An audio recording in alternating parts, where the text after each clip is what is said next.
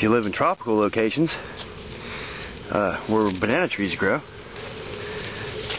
you can make use of the banana leaves and the stalks, the banana stalks.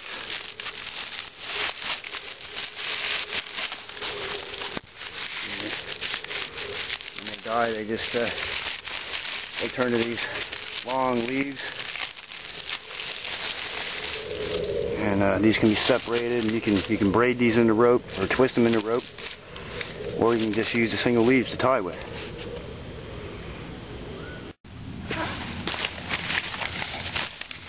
All you really got to do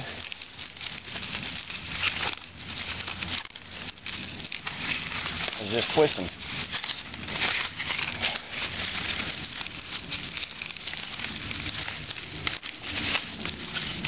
Twist, twist, maybe twist it, and twist it, twist it, and it's just a simple twist and spin. And you can quite rapidly make a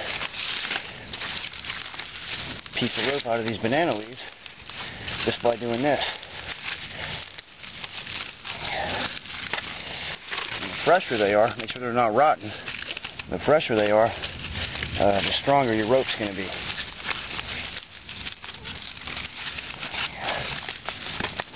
See, just a simple twist and spin. And that gives you a nice piece of cordage to tie a raft together, tie a shelter together, and repair that pack if it gets torn or something. Yeah. And a good product to use. If you need all the length you can get with your cordage, you just take your bark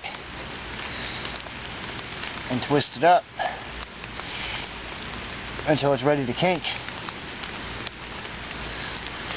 and then you use it like that to tie. And that's the same thing as any kind of a rope or whatever. And it doesn't double over, so you get all your length out of it. And that gives you a significantly longer piece of bark to use. And it's incredibly strong, so you don't have to worry about it breaking. And with some of the stiffer roots that you might want to have to use to build a shelter with or something, what you got to do is break them in half.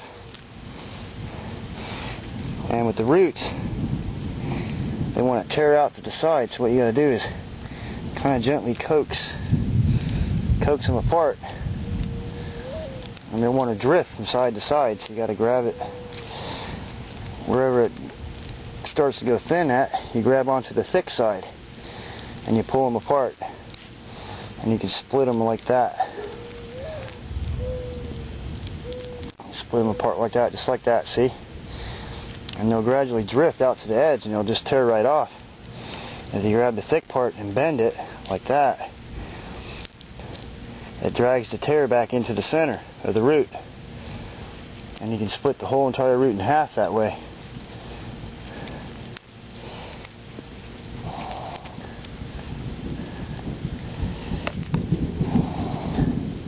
See, just like that. And then you can take that root and give each half a single turn and spin them back together.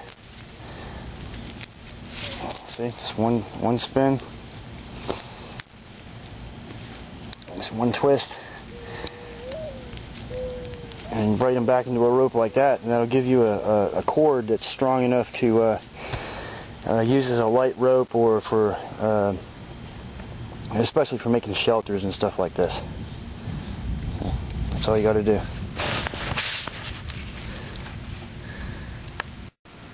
And of course, we all know the agave plant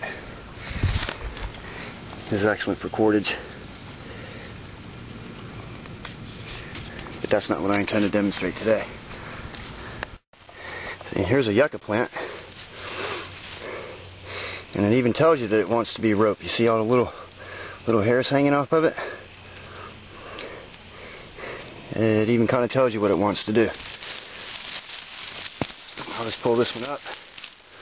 The thing about yucca plants, the leaves work best when they're dried, because these shrink up a whole lot when they're green. They have a lot of volume to them, so when they dry out they shrink. And you really wouldn't want to try and make a rope out of a green yucca leaf. So what you do is you'd gather your yucca leaves, you'd let them dry out completely, then you would soak them in water, and then you'd use them to make your rope with. So I'll take this home and let it dry. See, there's a few more of them here. I'll gather at these and I'll keep them for later.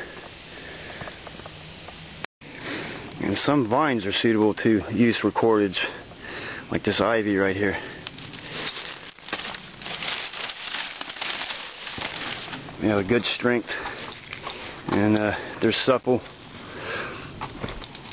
and you can use them to make like a duvet or a bed to lay on if you wanted to tie grasses together to make a bed to lay on. But when I said these have good strength, they don't have strength like a rope that you would want to carry any kind of weight with. These have suitable strength to hold a duvet together, or a grass mat or something like that. And you wouldn't want to use this to carry any kind of a weight, because it just doesn't have that kind of a strength.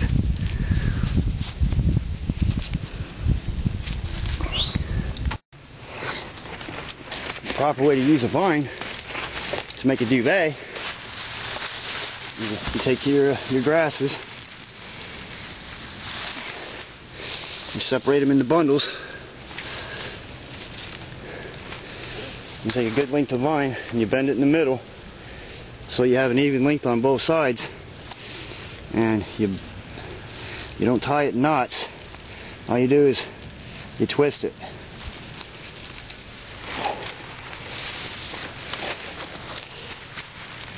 And you lay another bundle on there. See? Then you take your vine and you twist it. Kind of pull it tight. Most vines don't take overhand knots too well, and they'll snap. And you take another bundle, set them in there, pull your vine together, and you just put a single twist. Just a single twist is all you need. And that makes a good tie for a duvet. And make sure you tighten them up as you go. Keep them tight, keep them all pulled tight. And you just repeat that process for as much as you need. You make it the size you want, and that gives you a good waterproof covering to walk in the rain with, or you can make a bed out of it, and it'll hold together quite well. But like I said, you don't want to tie overhand knots in the vine because they'll snap. So all you really want to do is just make a twist in it. And that's the proper way to make a duvet.